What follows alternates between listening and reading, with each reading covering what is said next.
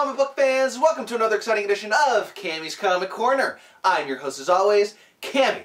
Now first of all, yes, I like the new threads as well. I had to pick up a little psychedelic outfit for this tea party I was attending last night, and I kind of went as a Mad Hatter, sorta. I mean, my hat wasn't that mad, but my threads sure were. But moving on, this episode's a little different. Instead of a Fast Five or just a pick of the week, I kind of settled somewhere in between this week. Like, I didn't want to force a Fast Five, and I didn't want to try to say, oh, well, I choose only one pick.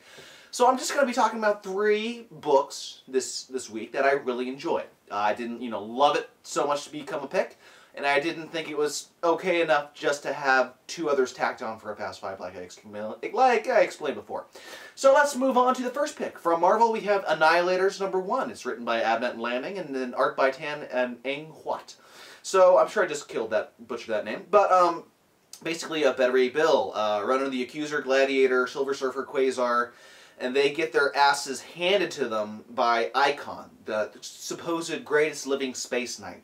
She's showing them that since they know how powerful they are as a team, it really prevents them from something simple as defending themselves because, they're worried that the slightest punch is going to destroy a planet or their home base, for instance.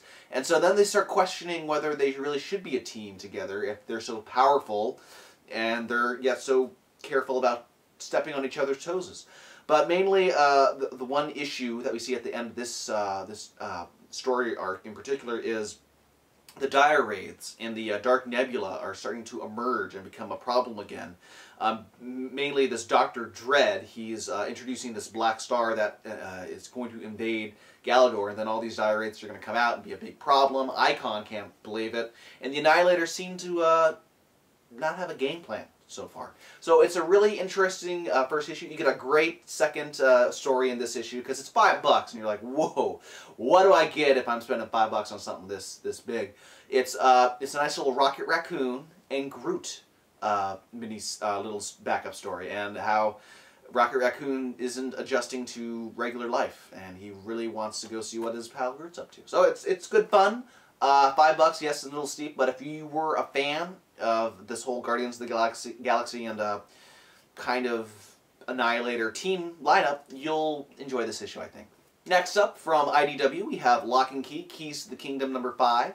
The thing I really liked about this issue is things are starting to finally unravel. Tyler's starting to really use his noggin there and start seeing, coincidences don't seem to just to be random.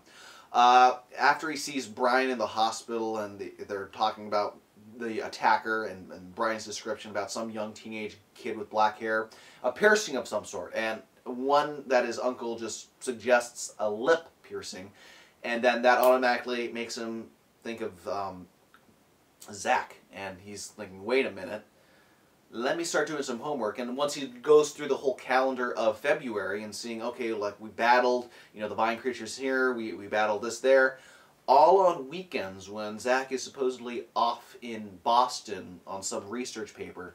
So he finally put 2 and 2 together and realizes that the Dark Lady could be a Dark Man. I mean, if there's keys for changing you into animals, there must be a gender-changing key as well. And it makes sense that why Zach is so adamant on helping, keep the Omega key safe. So that's why you should, trust him. So finally, Tyler tries to sneak away into Zach's place while he's at a fencing tournament and do some, research to make sure this is the right guy. And he's confronted when Zach learns that he left the match early. And he's about to go in for the kill and pump him for information with a nice sharp dagger when suddenly a detective is at the door and causes everything to come to a standstill. Very gripping issue. The final issue in this this 6-issue miniseries, this arc, as it were, has come to a standstill, and I'm going to be blown away. Just the art speaks volumes. The story is just gripping. It's all that final huge fight that is going to come down, and it's going to be epic. I can just guarantee that right now. And finally this week from Dark Horse, we have Axe Cop, Bad Guy Earth #1. Now you might have heard of this webcomic, you might have picked up the collected trade that came out recently, and basically this is a 3-issue miniseries from Dark Horse focusing on, the brother creative team Ethan Nicole, who's 30, he's the artist, and then Malachi Nicole, age 6, who's doing the story. So basically, Axe Cop and his pal Dinosaur Soldier are investigating this new planet, which is a bad guy Earth. They deem it's worthy to blow up, but of course the regular police is getting in the way again, saying cops don't do this, cops don't do that, cops don't have dinosaurs with machine gun Gatling arms. You know, that's just not the way to do things. And then they get the more interesting, you know, contraptions of like the good guy machine, where you put a bad guy in, pops out a good guy. Now, if the bad guys were to get a hold of this machine and then, you know, transform it into putting a good guy in and a bad guy pops out, then they might be in trouble.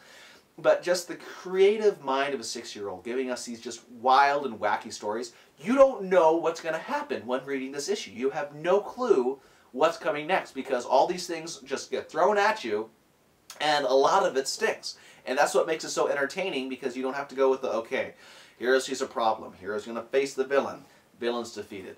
It could go any different number of ways, and that's why it's so entertaining to me, and that's why I suggest if you're looking for something different, and you know, you got $3.50 to spare, pick it up, or go to the website, or go to your local comic book store and get the first trade that just recently came out. I mean, it's good stuff. Why wouldn't you want to have a fun time? Well, that does it this week for Cammy's Comic Corner. If you want more Cammy's Comic Corner goodness, head on over to www.cammyscomiccorner.com. From there, you can see the past episodes, past Book of the Month episodes. And speaking of Book of the Month, keep an eye out for the next few days here. I'll have the Book of the Month for March. Kind of behind, but you know, you expect good things from me, and I expect to get good things done, and that sometimes takes time. I don't know if that made sense. Also, check out Geeky Talky. Last week I talked to Patrick McAvoy about upcoming WonderCon and then World War Kaiju. It was a very fun interview, and if you want a fun time, I recommend you go listen to that interview.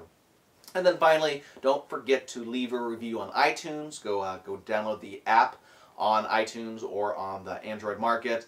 You know, help support the show. I'll be at WonderCon. I'll be at Comic-Con this year, San Diego. If you see me, stop on by, say hi. I love posing with fans. But anyway, that does it this week for Cammy's Comic Corner. I've been your host, Cammy, and I'm going to go play with my bitchin' new threads. I'm going to go get invited to the Playboy Mansion and go, hey, Hef, what's up? Don't I look like I fit in? When in reality, I don't, because I don't have herpes. Yet. Good night, everybody.